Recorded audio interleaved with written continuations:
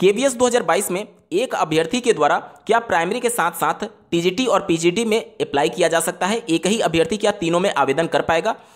मैं जानता हूं इसके रिगार्डिंग आपने YouTube पर 50 वीडियो देख रखे होंगे, लेकिन अभी तक आपको सटीक वीडियो नहीं मिला होगा क्योंकि बहुत से अभ्यर्थियों का एरर आ रहा है एक ही अभ्यर्थी अगर 2 या 3 में आवेदन करने जाता है। तो इस वीडियो के साथ अंत तक जरूर बने रहिएगा। डिटेल में मैं प्रैक्टिकली आपको आवेदन करके दिखाने जा रहा हूं।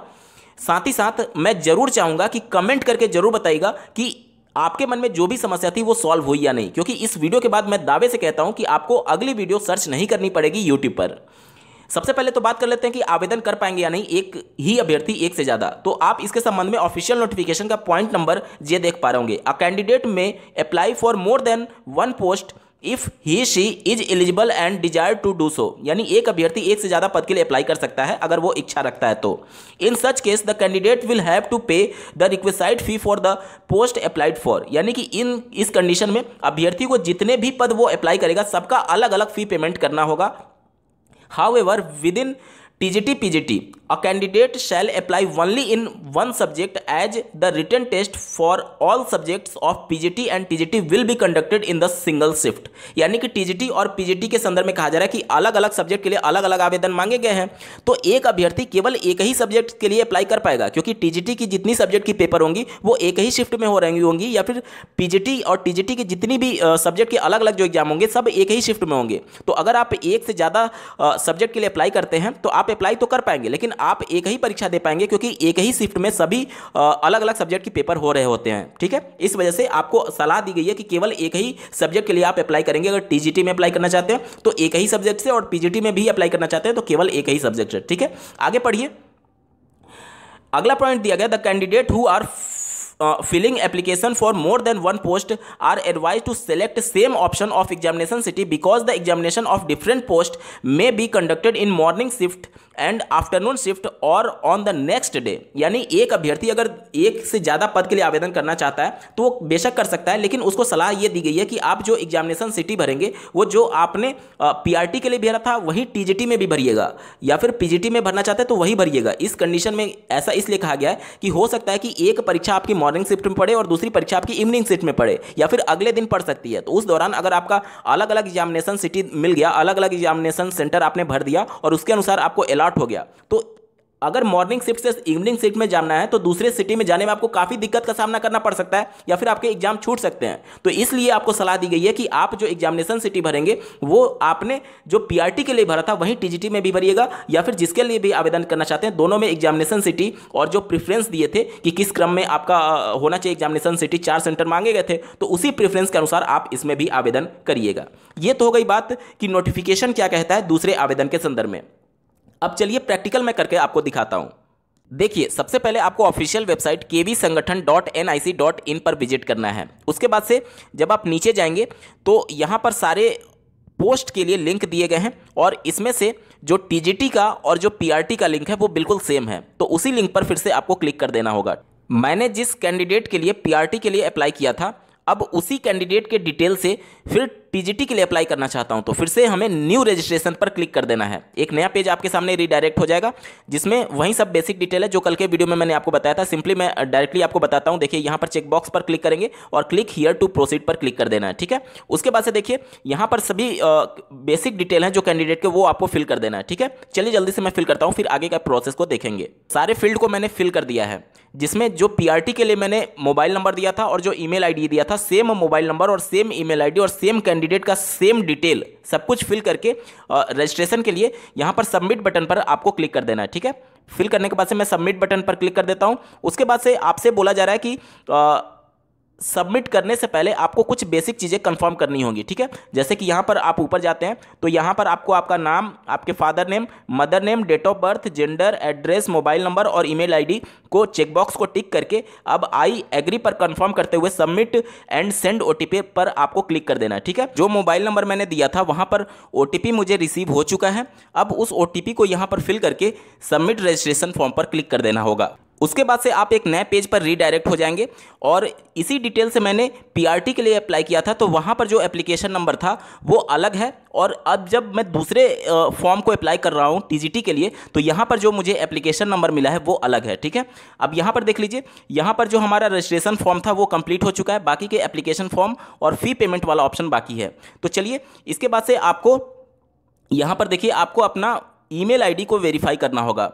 तो वेरीफाई ईमेल आईडी पर क्लिक कर देंगे।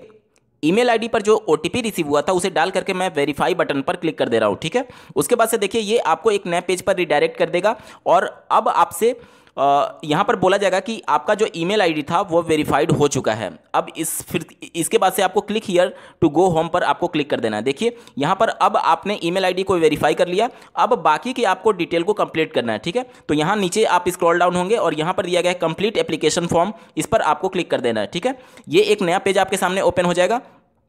उसके बाद से देखिए, यहाँ पर देखिए लेफ्ट साइड में जो आपका पर्सनल डिटेल दिया गया है, इस पर आपको क्लिक कर देना है दूसरे ऑप्शन पर। ठीक है, ये एक नया पेज आपके सामने ओपन हो जाएगा जिसमें आपसे आपका बेसिक पर्सनल डिटेल पूछा जा रहा है। ठीक है, चलिए जल्दी से इसको भर लेते हैं। जो पीआरटी का ऑप्शन था बिल्कुल सेम ऑप्शन है। ठीक है, तो उस वीडियो को आप देख लीजिएगा, डेडिकेटेड लिंक मैं आपको इस वीडियो के डिस्क्रिप्शन में दे रहा हूँ। और संबंधित सब्जेक्ट में क्या भरना है, कास्ट सर्टिफिकेट से रिलेटेड, जो महिला शादीशुदा हैं उनके कास्ट सर्टिफिकेट कहाँ से बनेगा, उनके ससुराल से या फिर उनके मायके से, ऐसे तमाम प्रश्न जो आपके मन में उठ रहे होंगे, सबका डेडिकेटेड लिंक आपको इस वीडियो के डिस्क्रिप्शन में मिल जाएगा। उन सभी वीडियोस को देख लीजिएगा, आपके सारे डाउट क्लियर हो जाएंगे। किसी दूसरे जगह कहीं पर भी वीडियो को सर्च करने की, दूसरे वीडियो को सर्च करने की आपको आवश्यकता नहीं पड़ेगी। देखिए, सारे डिटेल को मैंने फिल कर दिया। उसके बाद से सेव एंड नेक्स्ट बटन पर आपको क्लिक कर देना है। इसके बाद से ये यस पर आपको क्लिक कर देना है। ये एक नए पेज पर आपको रीडायरेक्ट कर देगा। ठीक है, इस पेज में देखिए, अब आपसे पोस्ट अप्लाइड फॉर पूछा जा रहा है। तो हमने प्राइमरी के लिए पहले ही अप्लाई कर रखा है। तो अब यहाँ पर देखिए, ट्रेंड ग्रेजुएट टीचर, यहाँ पर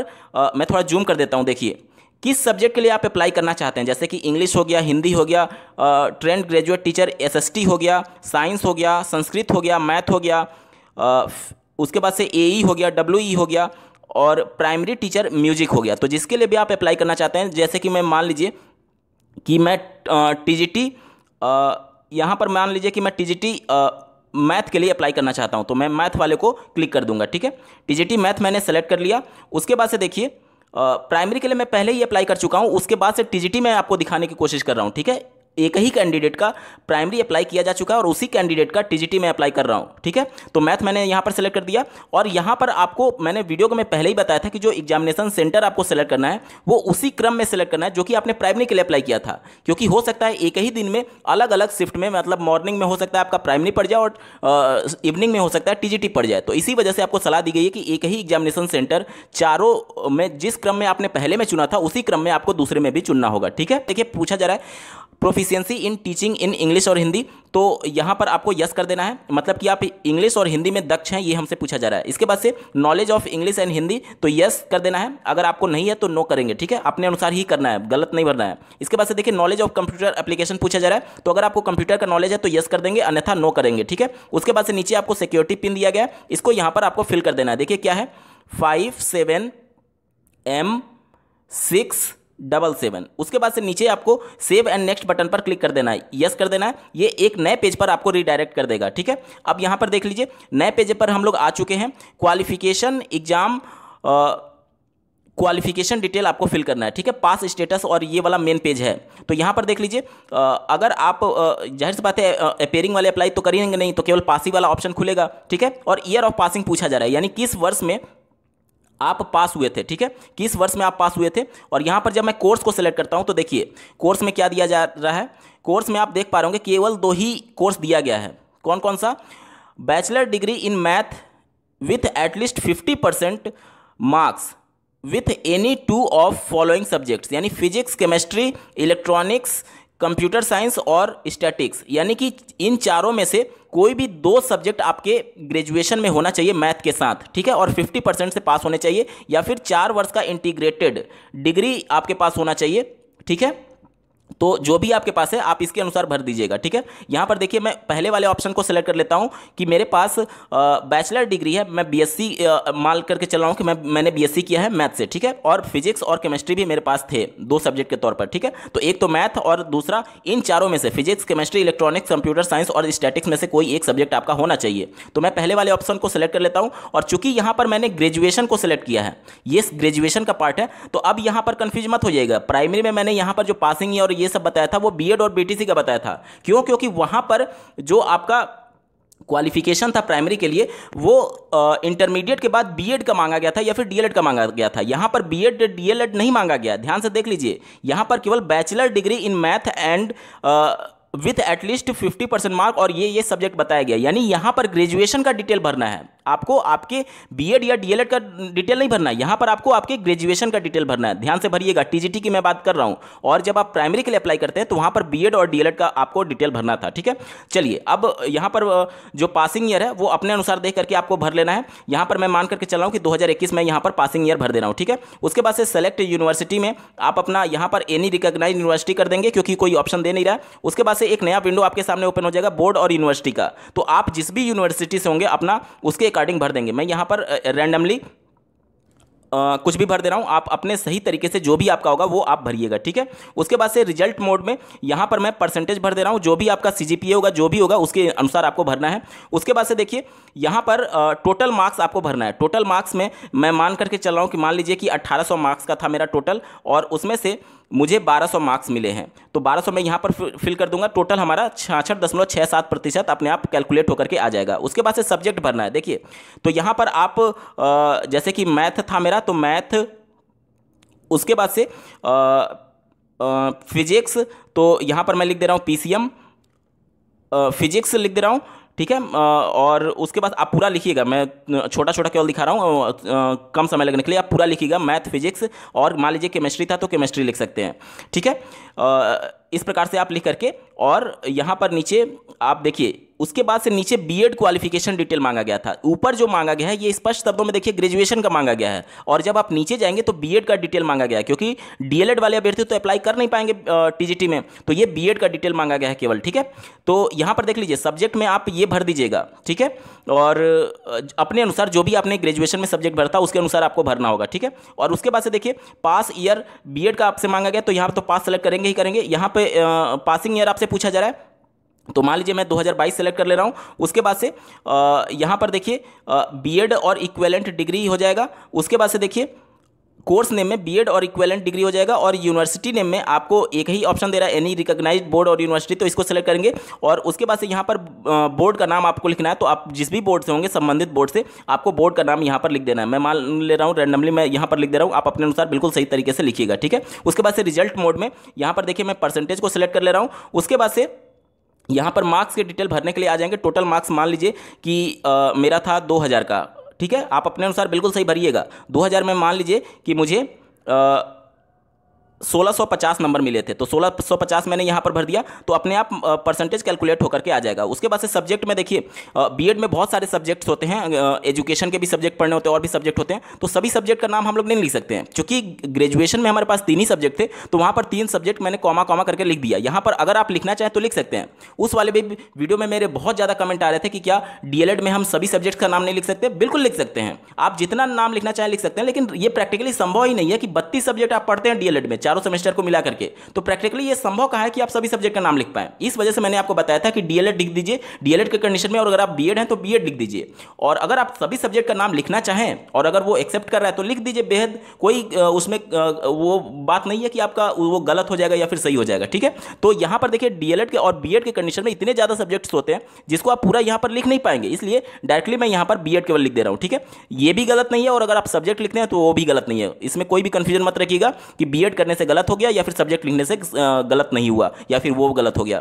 तो कुछ भी आप लिखेंगे सब चलेगा, इससे मतलब नहीं है। जो आपको सेलेक्ट करना है वो आप अपना सब्जेक्ट सही सेलेक्ट करिएगा। जो स्ट्रीम आपसे पूछा जा रहा है कि आप किस स्ट्रीम से थे, मतलब कि जो मेन पूछा गया था आपका कि ग्रेजुएशन 50% मार्क्स के साथ पीसीएम और वो सब सब्जेक्ट आपके हैं या नहीं, वो आपको सही भरना था। ठीक है, चलिए, और यहाँ पर देखिए W हो जाएगा, 1 हो जाएगा, 0 हो जाएगा, 4 हो जाएगा। उसके बाद से सेव एंड नेक्स्ट बटन पर आपको क्लिक कर देना है, फिर यस कर देना है। उसके बाद से देखिए ये आपको एक नए पेज पर रीडायरेक्ट कर देगा। अब देखिए यहाँ पर हमसे पूछा जा रहा है कि क्या आप केवीएस के एम्प्लॉय हैं, तो नहीं, मैं नो कर दे रहा हूँ। अगर आप हैं तो यस कर दीजिएगा। फिर आपसे पूछा जा रहा है कि आर यू सीटेड क्वालिफाइड, तो जाहिर सी बात है जब आप क्वालिफाई रहेंगे तभी तो अप्लाई कर पाएंगे, तो यस करना है। उसके बाद से सीटेड क्वालिफाइंग ईयर आपसे पूछा जा रहा है, तो यहाँ पर मैं मान करके चल रहा हूँ कि सीटेड दिसंबर 2021 है। और उसके बाद से यहाँ पर सीटेड का रोल नंबर और सीटेड का पेपर आपको भर देना है। सीटेड का पेपर चूंकि ये टीजीटी का है तो अपर प्राइमरी वाला ही होगा। उसके बाद से रोल नंबर भर करके नीचे कैप्चा फिल करके सेव एंड नेक्स्ट बटन पर आपको क्लिक करना होगा।